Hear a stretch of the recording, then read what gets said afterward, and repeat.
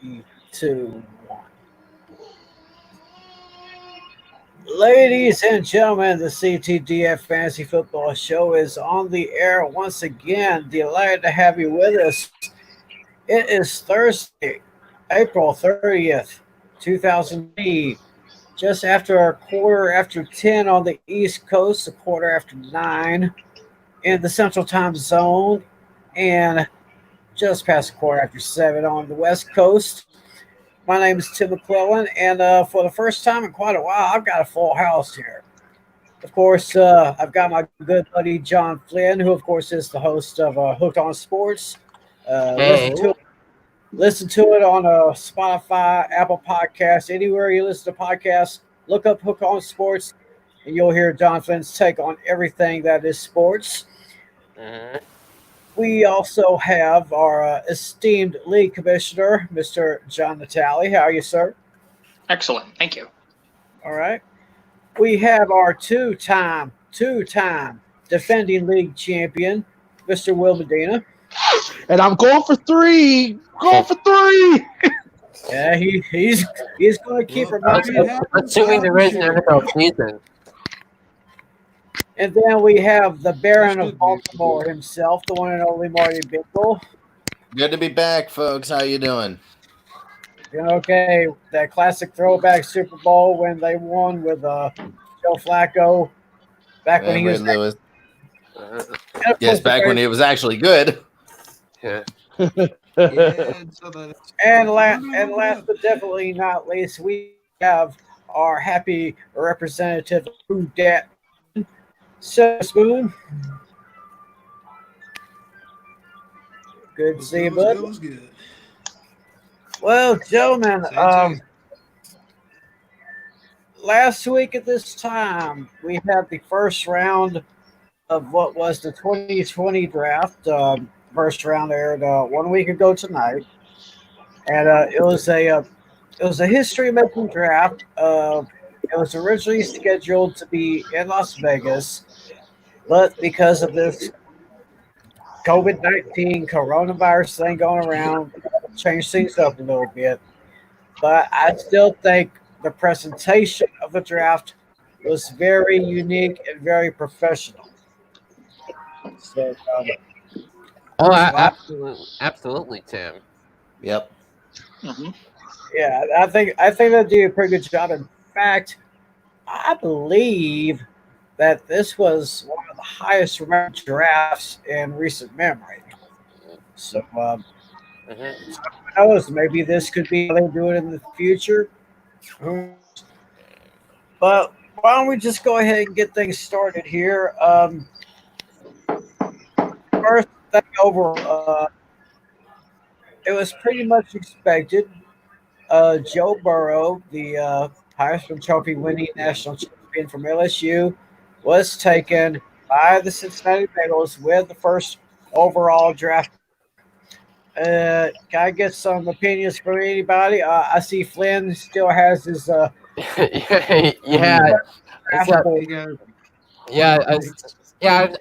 was originally supposed to race this after the weekend, but I